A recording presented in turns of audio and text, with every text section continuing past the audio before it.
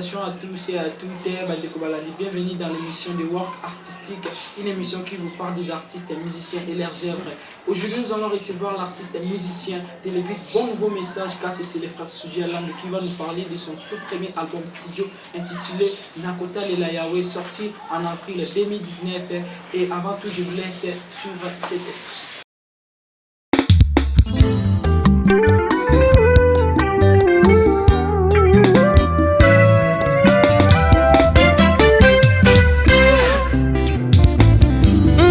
Adonai, Nzambe na bikamwa bolingo pe boboto na yo kati na biso libota na yo zanga ndelo na yango umela bobiso po bakosanjola yo. Adonai Sebaot, bolingo no na bomoi na ngai kopomba na kokoka te, esengeli na ngai kotatola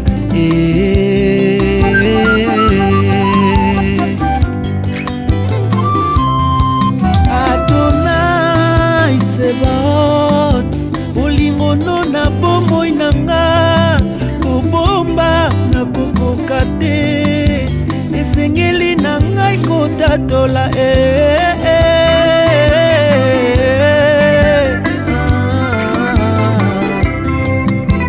yosalanga ngolu ya koyeba yo Nzambe ya solo, yotalaki mabunga na ngai te, bakeri ngai kino lelo moyini nabimande molonge. Yawe ozali malamu, yokosaka te ozande fidèle bapromese. Il a commencé sa carrière trop jeune. Le frère Sujalan est avec nous, à qui je dis bonjour et bienvenue. Bonjour, M. Patrick. Comment allez-vous? Très bien. Ok, après un bon moment de votre parcours, les lo oyo oye libiso lisolo ya album na yo ya sika Nakota Lela Yahweh. Alors message ni nizawana et puis idée ni principale eza na 4 albums ya album. Vraiment, nakanisi message la clair et biso esengi kota na Yahweh.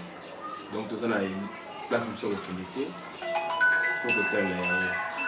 Ata passe, ata minyoko kota na Yahweh. Donc surtout bani na histoire na bandere uta bakoko na biso babisa na jardin bien passe kota. Quand on passe koti sata na komo profiter na passe wana pour repérer sa bana. Yango na yi ko bisa na ngoko na maiki. Ata passe, ata minyoko ko bu selike na yote tela lumele Yahweh.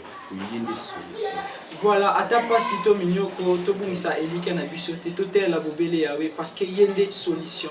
Et maintenant, frère Sujalan, eloko moko bato bazoko mituna, pourquoi kaka tango ye na groupe instrumental les elinde au sein album et pourtant on travaille na artiste belé, on est kana orchestre belé et kaka lelo on est tango ye na les elinde au sein album. Pourquoi? Merci beaucoup. Ici, né au jour le baquet, na lekina ba groupe moi belé, to travailler na ba belé, mais opportunité peut ça m'aider pour tout ça l'album.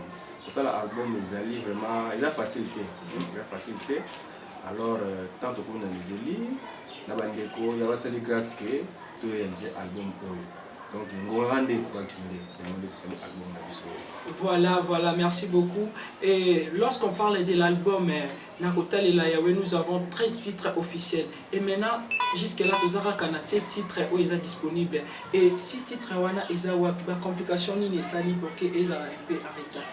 En fait, complication, l'album est 13 titres. Mais tu aussi divisé en deux volumes. Volume ya liboso o ndé momoni za 7 titres. Deuxième volume ça 6 titres. Alors premier volume il m'a dit déjà et na cadre de la stratégie la deuxième volume ezali na bandisi nous avons quand même milité le moni de publication volume 1 volume on est dimi boye ya audio kala milité pour kozwa DVD rango ya volume 1 liboso après net to na deuxième volume ti so dimi après to na ba image na sur deuxième volume. Donc, nous sommes après, mais dans le cadre de la stratégie, nous sommes le premier volume.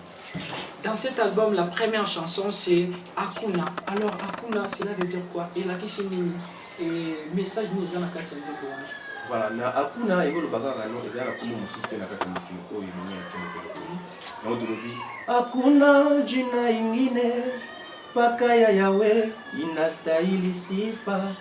Ezali na kombo mosusu te kaka ya Yawe ebongi na lokumu.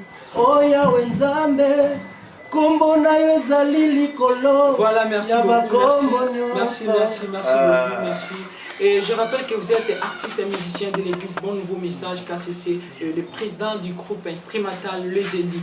Et la deuxième chanson, Tomoni, titre voilà. Alors, Nini, ils ont la Katia Dimboana. Voilà, titre phare, la biso na hotel la yawe. Ndio solo ba biso wana ki. En tout cas na mukilo tuna place muso ke ni faut hotel na yawe. Bana Israël ba uti na ba umu Egypte. Abimi ba ye ba se peli ba uti. Ba komi ga boye mer rouge. Maye le siliba. Ah, mer rouge boye. T'as la mer rouge. Maye njilité mais mer rouge. Fleuve te, Thomas m'a dit mer rouge. Merci beaucoup na pe pharaon ye wana zoya. Maye le siliba. Baleli. Ah. Moïse aleli pona yawe yawe bi oh obangani. Oza ni na loboko na nzete. Assemboli. Baleki. Solution inattendue. Même je ne pense pas qu'il y ait une solution. Mais il y a une solution. Tu vois, il y a une place où il y a une donc, on se dit que maladie, le docteur va dire que si il y a en tout cas, solution pour la yaouzali. Vous avez un quartier, vous avez place, vous avez un vous avez Penina Sekaki Anna. Sekae na sens ndenge modo ki terrible. Mais ana kindeki pa ngangate, akindeki pa mbikuki te, akindeki pa na yawe. Mais yawe suka suka komuni Samuel. Mais suko tengela na suko mona Penina oyo yebi. Yebi te. Mais Samuel yewa na mona ana. Donc kokum selike na yote talela yawe. Ata pasi, ata minoko, ata pe umeli. Suka suka kosala. Suka suka akosala. Yawa zali motote kwa kosa. Tu as dit dans la Bible, même si la promesse tarde, attends-la, car elle s'accomplira certes. Donc, on peut noter tel là, quand on a une solution aux hommes. Donc, bon, c'est les qui ont voilà, quelle que soit la souffrance, des frères n'a pas lobby, total, la boubele, Yahweh. Et alors, étant où on a titre au lobby, n'a ma bonne délicata, ma casse n'a pas toujours mon titre est trop clair na mabonde li makasi na biso. Alors message nini olingi ko ba sel koloana pour que édifier le peuple de Dieu. Voilà na ici en tout cas moi na nzembe lio so fu na mabonde za makasi mo tuyembi. Losambo ezali monduki ya makasi pona biso bandimi. Esengeli na biso toyika mpiko kaka na losambo wanande. Muinya kwe wanande. Elongo na yawe, elongo na ye, ikampiko, oh, na mabondeli, ikampiko, to ikampiko na mabondeli, solution des accords, ikampiko na mabondeli, na mabondeli kaka, kuna nde solution ezali, kuna mabondeli kaka. Ok. Toza na kati ya chanson Naza ya Yahweh place moko au lobby Kinazi Zako. Qu'est-ce que cela veut dire? Parce que c'est à Kikongo et la plupart bazolanda biso ba yebi Kikongo te, ba yebi lingala okoki ko limbolona Kikongo parce que eza chanson moko eza interprété mingi na Kikongo. Voilà. Bon, Kinazi Zako ezali na kolemba na ngai te. Hein? Na kolemba na ngai te. Nous allons voir connexion qui sera qui trois chansons de Samisaki. Kinazi Zako ngolo bana kolemba na ngai te. Kinazi Zako ngina kwika mamu ya venzambi. Mwana mpulusu donc na kolemba na ngai te no kama mobile na yawe pour kuna des solutions ezali. Leso mona kati kula to vike. Naza ya yawe na komitungisa te. Na simba mina yawe nzambe na nguya na tango ya pasi ya batela kanga na mimeka no pe asunga kanga. Ok, merci beaucoup. Non, mais il faut expliquer bien, non? Et ça, il faut comprendre. Il faut comprendre. Donc, tout à l'heure. Alors, les aboués, Naza Yahweh, ngai sikoyo, naza yawe lelo ana mokili kaka soza mona colonel to mona général mona bato banga yo ke banga mona colonel ke banga mona général mona président isikunga nazali siko ya yawe tala sikoyo esi nakomitumisa rien nakomitumisa te kwa simba mina yemei donc ata pasi donc nakobanga nanga te po yawe azali donc nakoprofite koyebisa mutu nyonso kolandanga ke soza ya yawe kobungisa elike na yo te kobungisa elike na yo te ezala sire ke yawe akosala donc un peu ça. Voilà, ce que ça Yahweh kobungisa elike na ote zala sûr que Yahweh akosala. Alors frère sujet landu, c'est vrai que nanzembo na yo oyo tanga Biblia pour ce sola oloba ki mo makambu mingi o souligner très bien que ezaka kana nzambe moko. Alors nzambe wana est-ce que okoki koyebisa na bato bazo landa aussi koyo kombo na inani et pourquoi o invoquer ngo na kati ya album? Donc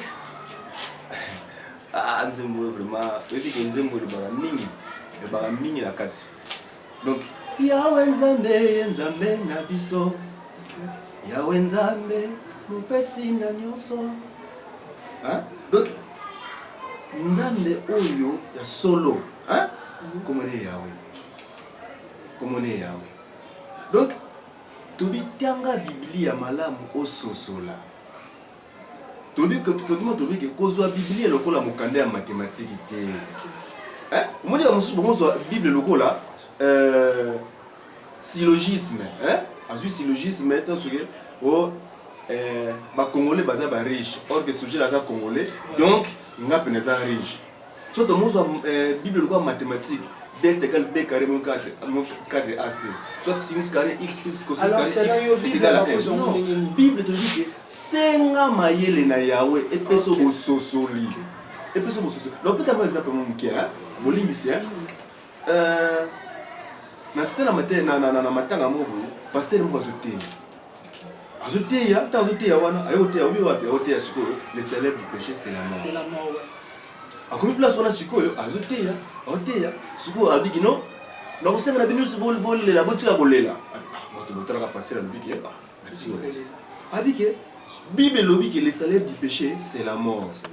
Or papa a kufi donc papa sali masumu yango ndi akufi même ça yo ezaka terrible ba doit fâcher donc on azui syllogisme atien na kati ya Bible na kati ya no nzoko tobiki Bible senga mayele pana ya bapeso bososoli Yawe azali kaka moko yende mopesi na nyonso kote musabi ngombe kutwa yebi kolona ye mpunda yebi fandelo ya kolona ye bongo yo moto so solite Yawe mokeli na yo. OK, merci beaucoup. Ça donc Yawe azali kaka moko. Merci beaucoup. Et lelo oyo vous avez plus de 7000 vues sur YouTube et batubele batalio partout en Europe, aux États-Unis, au Brésil, partout dans les pays, en France, batubele batalio. Alors étant qu'artiste, musicien et serviteur de Dieu, aux autres se sentent na exploit nous sali à kozala na plus de 7000 vues sur YouTube na ma chanson moko tokolo. En tout cas, c'est moi que message où je suis passé, ils ont eu batouazo zwango. Ezo sunga batu parce que mutu msuta msazali na posa et parce que comme na qui n'est pas fais-moi za njil mais yoki ke no tala yawe akeso souté munike na contribuer par rapport ya litière ngai ezo ngisa mutu na nzela donc au fur et à mesure batu batala ngo mingi et c'est pour ça biso pour na ba message zo koma bisika eza petant mselo koma to senga na yawe afongola mitema batu ba France on a mitema na bango po ba salela autre de loba. Voilà un peu donc isenga ezali ke bato batala yango ba continuer kotala yango ba yoka ba salela yango oite le biko ezali. OK. En un mot okoki ko synthétiser album yango nini mais c'est pas très tout si banzembo tega même banzembo za ebele kuna oti banzembo susu tozana album non tozana album ma gratitude voilà mon titre ma gratitude et titre le malin voilà OK ma gratitude ici en tout cas na mokili so za ingrat za mabe so za ingrat isa mabe voilà donc ata mtu apesho kino uzaki na nzala ndeko na ngane na nzala mpezo akabila ta 500 francs faut le bata merci ça la mabe donc ngana tali bolamu ya wasaleli ngai nazala ingrat te yango munike na pesa za pe mo susu bu isoro mukebla to développer album pour vous comprendre un peu moi ben moi ndeko moko boy na rompo ngaba awi na rompo ngaba place wana yena mo sina mwana bazana bozo suma bilo kushukuru bandeko babengi ba no tuzana ndako na yaka noki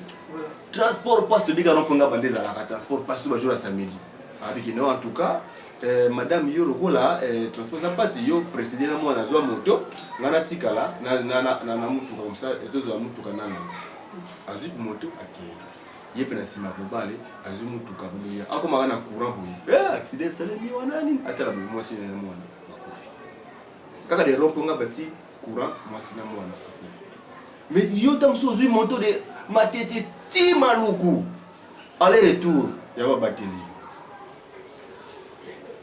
comme chose un grade donc ça passe mais fils ko ba merci en plus c'est là donc makamboze belé ya zo batela so tali maloba kata nze mona kuna donc to lobi ma oyo ya zo sala biso pe nde azo batela biso donc non to lobi merci donc en un mot okoki koloba album wana ils ont remercié juste l'éternel Dieu. Oui, ils ont remercié nze mona to remercier Yahweh na makambo oyo ya sala biso voilà un peu. OK. Et voilà, Tozali na 7 titres, comme on le disait tout à l'heure. C'était mon titre combien? 7 titres, ici nous avons Kombo Mosusute, Akuna, et nous avons Nakota Lela Yahweh, et puis Namabon Delikaka, Tozali Susuna Zaya Yahweh, et ma gratitude, et enfin Tozana Tanga Bibili. C'était ça comme. Nakota, tu l'as oublié, hein? Nakota Tola, ouais, vous pouvez aussi parler quand vous avez envie de parler. Voilà. Nakota Tola Sikoyo, tu tali bolamu ya wasaleli biso. Hein? La bombe ya mort. T'es pour tout à l'heure. Adonai, Sabaoth, bolingo no na bomo inangai, kobomba na kokoka tete. Esengeli na ngai kotatola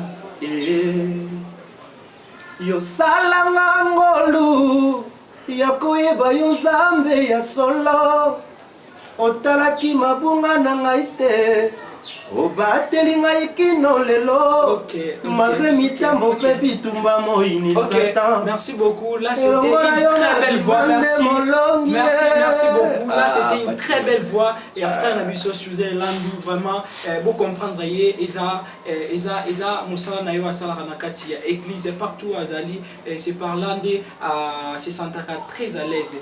Et maintenant nous sommes en 2019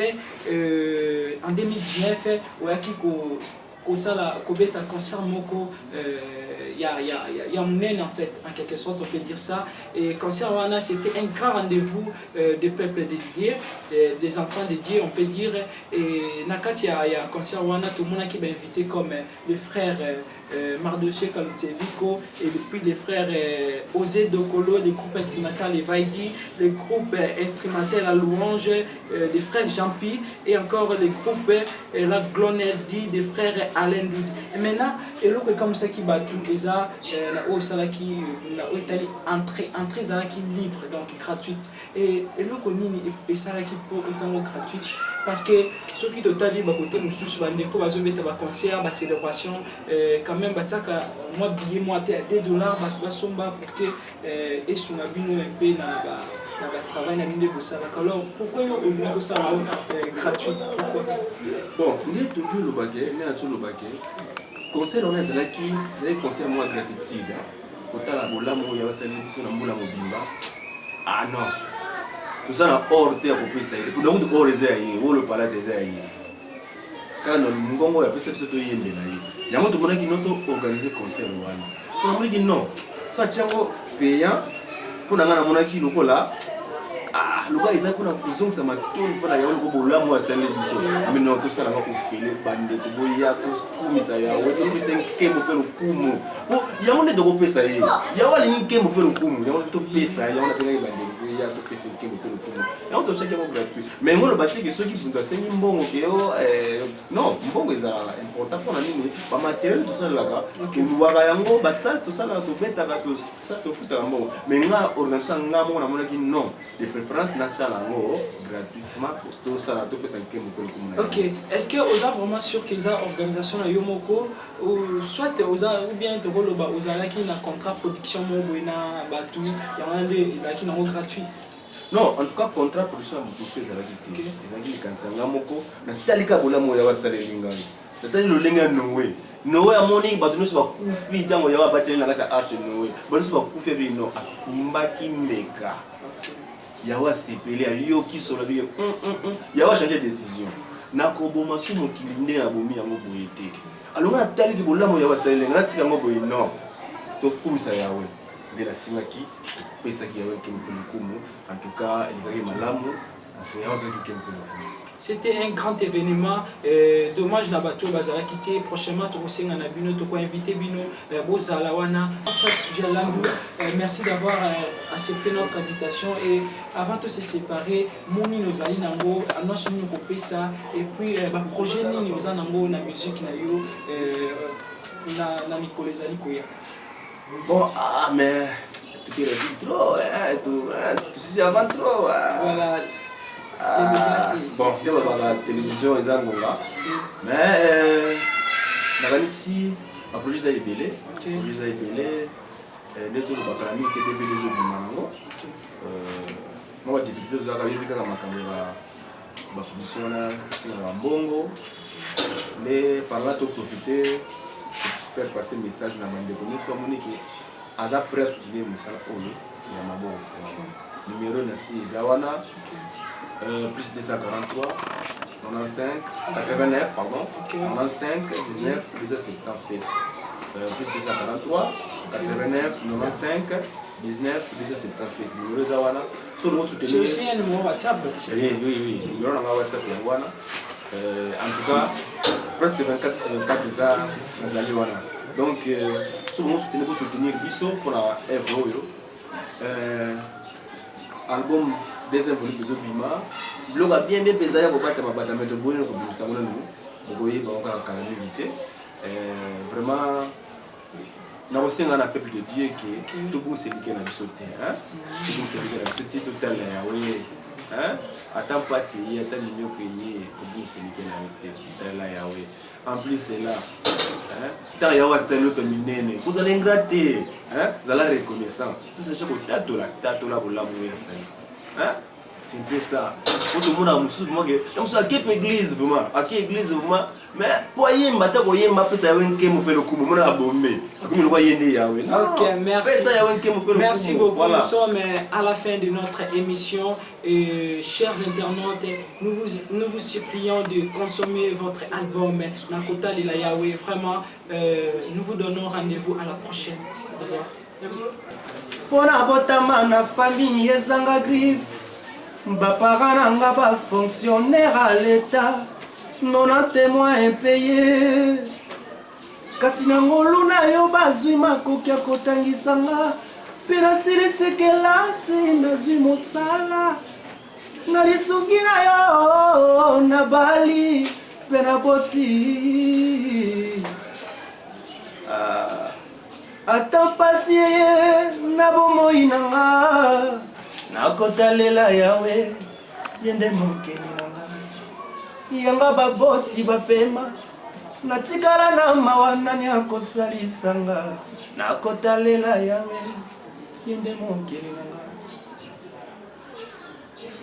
hakuna jina ingine mpaka ya yawe inastahili sifa o yawe nzambe kombo na yo ezali likolo ya bakombo nyonso obongi na lokumu yawe lokumu ezali yayo nkembo lokumu masanjoli nyonso ya yo utakala lelo kino libela na libela na préféré opesa bandeko nyonso mbote les élèves musique hein on se balinga les élèves musique pour soutenir les élèves musique sans obosana mise nyonso les élèves musique esika so bozali baza msimbimba boza à l'étranger bato nyonso baza awa donc etalaka toza ebele mwa ntanga bino mingi eza te donc